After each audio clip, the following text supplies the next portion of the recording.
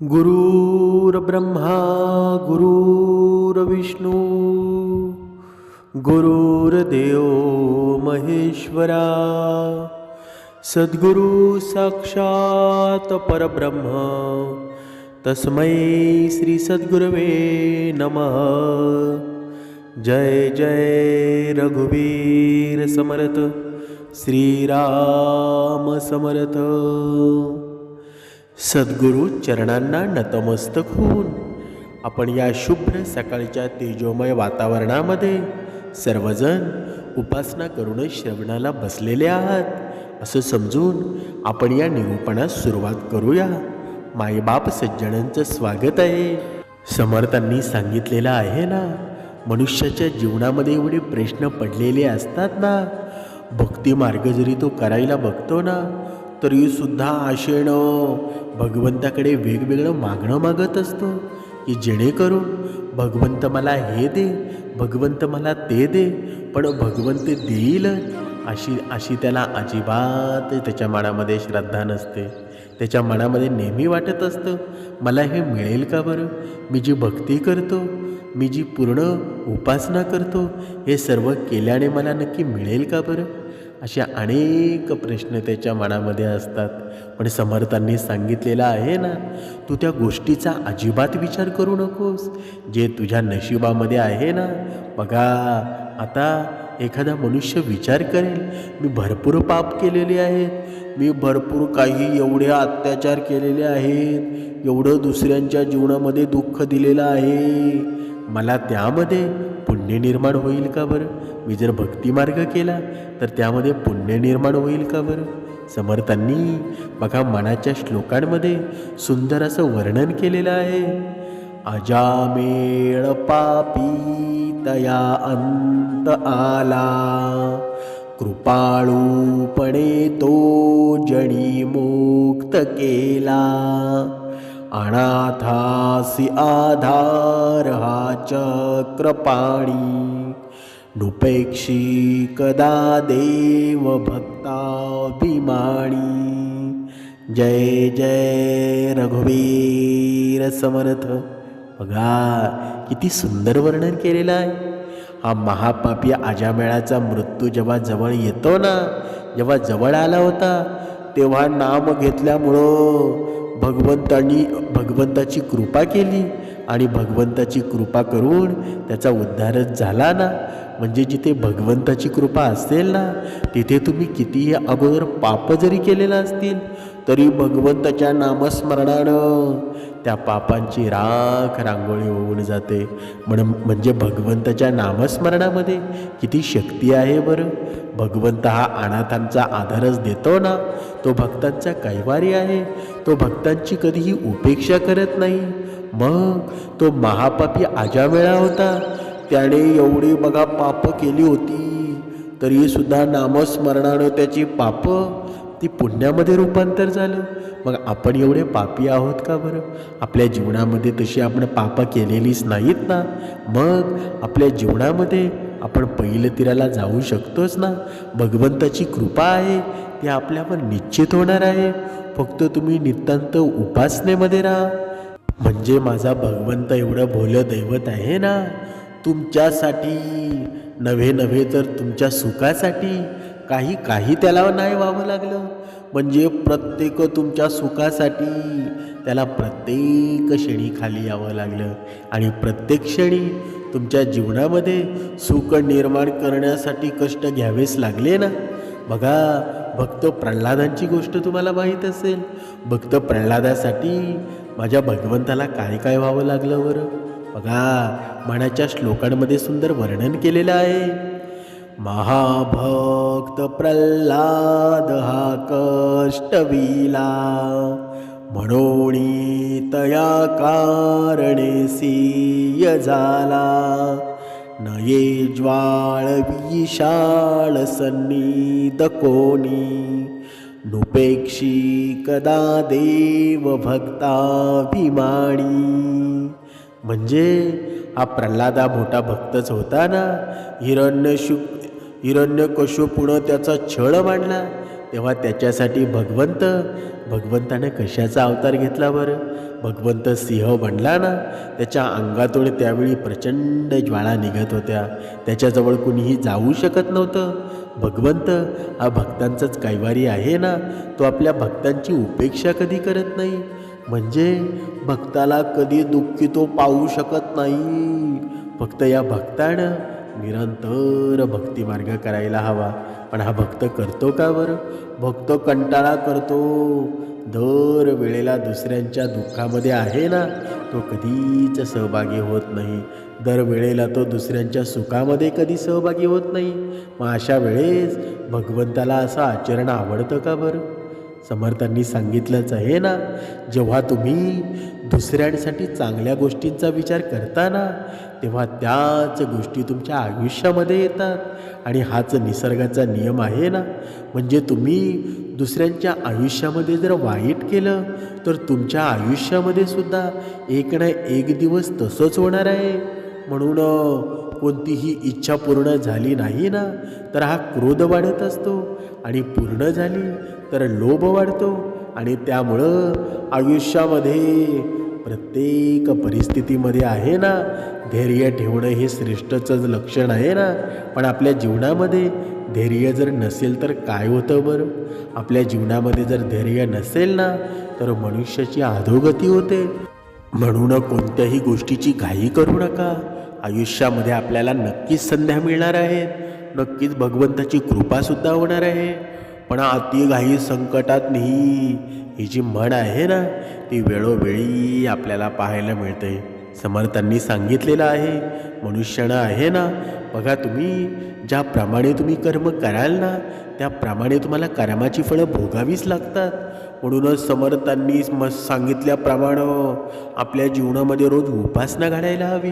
आपल्या जीवनामध्ये रोज श्रवण घडायला हवं. जिथे जिथे भजन कीर्तन ऐकायला येईल ना, तिथे तिथे आपण श्रवण करावं.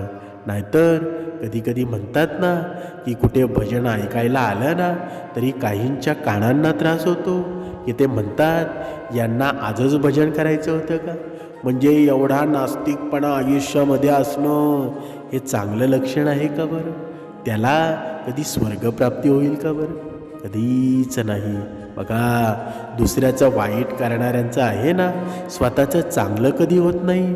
आणि जी कर्माची फळं आहेत ना, ती नक्कीच आपल्याला मिळत असतात. जरी आता नाही मिळाली तरी येणारा काळ ती कर्माची फळं दाखवून देतो. बघा, एका उदाहरणाद्वारे आपण स्पष्ट करूया. एका गावामध्ये बघा एक स्त्री राहत होती. तिच्याकडे सर्व सुखसोयी होते, फक्त संतान सुख नव्हतं. तिनं अनेक उपचार केले, परंतु तिला मूळबाळ झालं नाही. तिचं फक्त एकच ध्येय होतं की काहीही करून तिला मुलं झाली पाहिजेत. ती रोजच्या रोज आहे ना, साधू संतांजवळ तंत्रमंत्र करण्यासाठी जात असे. त्यांनी सांगितलेले सर्व उपाय ती करत असे, पण अजूनही तिला कशातही यश मिळत नव्हतं. पण एके दिवशी झालं काय, एका तांत्रिकानं तिला सांगितलं की तू त्या मंगळवारच्या रात्री कोणाच्या तरी घरात आग लावली ना, तर तुला पुत्रप्राप्ती होऊ शकते. पण त्या स्त्रीनं डोक्यात पुत्रप्राप्तीचं एवढं भूत चढलं होतं. तिनं तांत्रिकाच्या सांगण्यावरून तिच्या शेजारच्या एका घरामध्ये बघा मंगळवारच्या दिवशी आगसुद्धा लावली.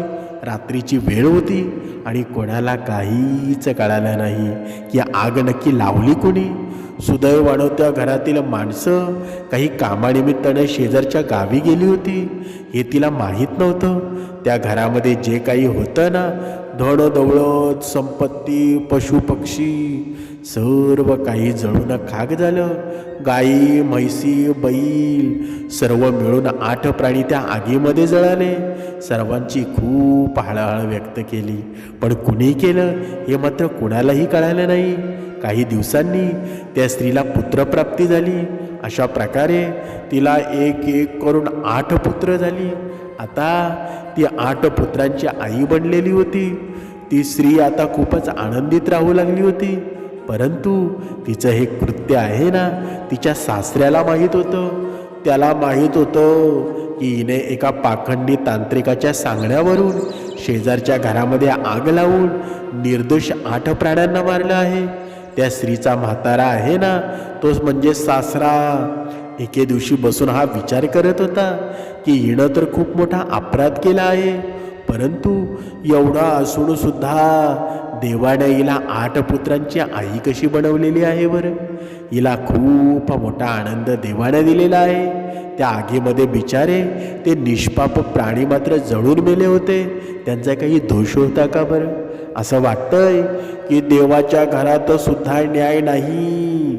बघा तो म्हातारा सासरा होता ना, रोज असं तो विचार करत असे.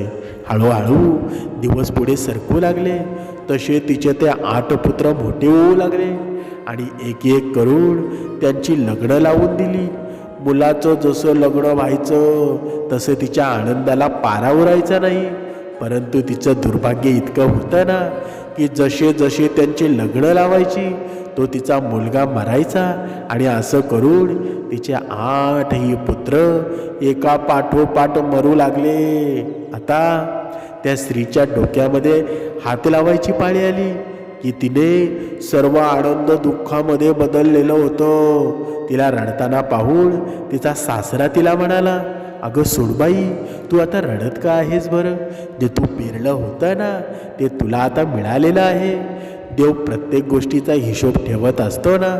सासऱ्याचं बोलणं ऐकून सुनबाईला असं वाटलं की जणू तिचा जखमेवर कोणीतरी मीठ चोळत आहे. खूप वर्षापूर्वीचं हे दृश्य तिच्या डोळ्यासमोर जणू फिरू लागलं. तिच्या सासऱ्यांच्या बोलण्याचा तिला खूपच त्रासच झाला होता. ती स्त्री म्हणाली, हे म्हाताऱ्या, माझी 8 मुलं मेली आहेत ना, हे पाहून तुला आनंद झालेला दिसत आहे. तुला माझं सुख पाहवलं गेलं नाही, तू पण असाच मरून जाशील. अशा प्रकारे त्या स्त्रीनं सासऱ्याला खूप सारे वाईट शब्द बोलले. शेजारचे लोकसुद्धा तिथे जमत होते, ते देखील त्या म्हाताऱ्याला खूप बोलत होते. तेव्हा तो म्हातारा म्हणाला, तुम्हाला माहीत नाही, तुम्हाला माझ्या बोलण्यावर खूप राग येत आहे, परंतु जेव्हा तुम्हाला या स्त्रीचं खरं रूप कळेल ना, तेव्हा तुम्हाला सुद्धा हिचा खूप जास्त राग येईल. म्हातारा सासरा म्हणाला की स्वतःचा परिवार सर्वांना प्रिय असतो, मला पण आहे. मनुष्य, पशु, पक्षी, कीटक आहे ना, सगळ्यांनाच त्यांच्या स्वतःचा परिवार प्रिय असतो. आणि त्याचप्रमाणे मला सुद्धा माझा परिवार प्रिय आहे. मला सुद्धा माझ्या परिवारामध्ये नेहमी आनंद वातावरण हवं आहे, परंतु दुसऱ्यांना दुःख देऊन मला माझ्या परिवारामध्ये आनंद नको आहे. माझ्या अदृश्य सूनबाईनं एका पाखंडी तांत्रिकाच्या सांगण्यावरून एकाच्या घरामध्ये आग लावली होती आणि त्या घरामध्ये त्या माणसांचे ते 8 मुके प्राणी जळून मेले होते. आणि तेच 8 प्राणी आहेत ना, तिच्या पोटी हिचे पुत्र म्हणून जन्माला आले आणि आता तेच तिला दुःख देऊन पूर्ण स्वर्गवासी झाले. एखाद्याचं वाईट करून कधी कोणाला सुखाची झोप लागली आहे का बरं. आणि जरा लागली असेल ना तर ती किती दिवस लागणार बरं. एके दिवशी जेव्हा देवाचा कोप त्याच्यावर होतो तेव्हा त्यांनी जे काही केलं आहे ना, व्याजासहित त्याला फेडावं लागतं. जर तुम्ही दुसऱ्यांचा आनंद हिसकावून घेतला ना, दुसऱ्यांचा आनंद हिसकावून घेऊन स्वतः आनंदी होत असाल तर ही सर्वात मोठी तुमची चूक आहे. समर्थांनी सांगितलंच आहे ना, जर तुम्ही एखाद्याला नष्ट करून एखाद्याला मागे खेचून पुढे जाऊ इच्छिता तर तुम्ही सर्वात मोठी चूक करत आहात. तुम्ही तुमच्या मार्गामध्ये कधीच यशस्वी होऊ शकत नाही. आनंद वाटून वाढत असतो ना, परंतु हिसकावून घेऊन तो कधीच वाढू शकत नाही. हा सृष्टीचा नियमच आहे ना. म्हणजे परमात्मा सर्व काही पाहत असतो. प्रत्येकासोबत तेच घडत असताना जो तो दुसऱ्यासोबत वागला आहे, म्हणजे देवाचा न्याय थोडा नक्कीच उशिरा असेल, पण तो थेट असतो. म्हणजे आयुष्य म्हणजे कर्माची शेती आहे ना, जसं आपण पेरणार आहोत तसंच आपल्याला उगवणार आहे. म्हणजे दुसऱ्यांचं वाईट करून कधी स्वतःचं भलं होत नाही. म्हणून नेहमी चांगले कर्म करा, कर्मात भगवंत आहे आणि भगवंत तुम्हाला जेव्हा तुमच्या कर्मात दिसेल ना तेव्हा समजून जा तुमच्या जीवनामध्ये भगवंताची कृपा नक्कीच होणार आहे. म्हणून आपल्या आयुष्यामध्ये दुसऱ्याला कधीही दुःख देऊ नका. खरी भक्ती आहे ना ती भगवंताच्या नामस्मरणात जरी असेल ना तरी प्रथम भक्ती आपल्या कर्मामध्ये आहे बघा. म्हणून आपण आहेत ना आपण जीवनामध्ये चांगली कर्म करायला सुरुवात करा. आपोआप तुमची भक्ती श्रेष्ठ होत जाईल आणि भक्ती मार्गामध्ये तुम्हाला प्रचितीसुद्धा मिळत जाईल. म्हणूनच समर्थांनी सांगितलेलं आहे ना आपल्या जीवनामध्ये रोज उपासना घडायला हवी. तुम्ही नक्की देव कसा आहे ते पाहायला तर सुरुवात करा. जोपर्यंत तुम्ही पाहायला सुरुवात करत नाहीत ना तोपर्यंत तुम्हाला प्रचितीसुद्धा येणार नाही. जोपर्यंत तुम्ही या जीवनामध्ये भक्ती करत नाही तोपर्यंत तुम्हाला प्रचिती येईल का बरं. बघा अभंगामध्ये सुंदर वर्णन केलेलं आहे. देव बघायासी गेलो देवच ववून आलो. म्हणजे तुम्ही भगवंत पाहायला तर या. माझा भगवंत नक्की आहे कसा. तुम्हाला भगवंताचा वेळ लागेल. तुम्ही भक्ती मार्गामध्ये एवढे न्हावून जाल ना तुम्हाला वाईट कर्म करण्याची वेळच उरणार नाही. म्हणून भगवंताचं नामस्मरण सुरू करा. बघा जेव्हा तुम्ही भगवंताचं नामस्मरण सुरू कराल ना तुम्हाला अनेक प्रश्नांची उत्तरं मिळतील आणि ही उत्तरं आहे ना येणारा काळ तुम्हाला देणार आहे. म्हणून कर्म चांगली करा. भगवंताची कृपा तुमच्यावर निश्चिंत होणार आहे. जास्त चिंता करू नका. दुसऱ्याच्या जीवनामध्ये टेन्शन देऊ नका. सर्व काही तुमच्या मनामध्ये ठरवल्याप्रमाणे होईल. जय जय रघुवीर समर्थ.